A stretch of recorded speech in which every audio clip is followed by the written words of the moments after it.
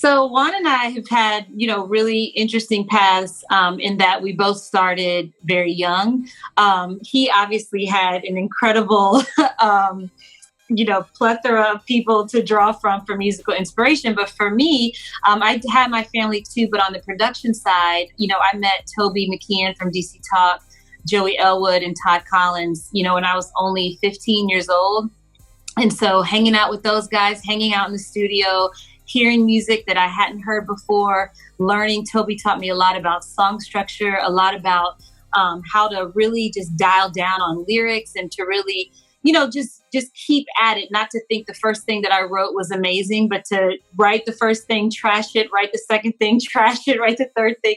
And so I'm really grateful for that upbringing in music.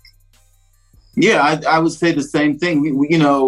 I grew up around music, and I come from a family of musicians and singers and songwriters, so it was always in my environment. And I learned a lot just being around, right? But there is a point when I decided, okay, I want to do this for myself. And I got to kind of build on that foundation, an amazing education recording with Wine and Space 2. Working with Nard and Michael Walden, who had, Grammys for Producer of the Year and Babyface and Rodney Jerkins. And so those people were part of our very first project. So I go in the studio as an artist for the first time, and that's the surrounding. And it really helped to build on the foundation I already had coming from my family. And it was a master class. I mean, I think about lessons I learned 20 years ago now when I sit down to write songs. Now they're still working. I'm still hearing, oh yeah, I remember when this person told me to approach this way. And it still works. And so along the way, we've had a lot of great influencers and mentors. No, that's a great part of it. We met and really started dating after we started writing songs together. And so that's really the beginning of our relationship, is a creative one. It's writing songs, it's collaborating, exchanging ideas.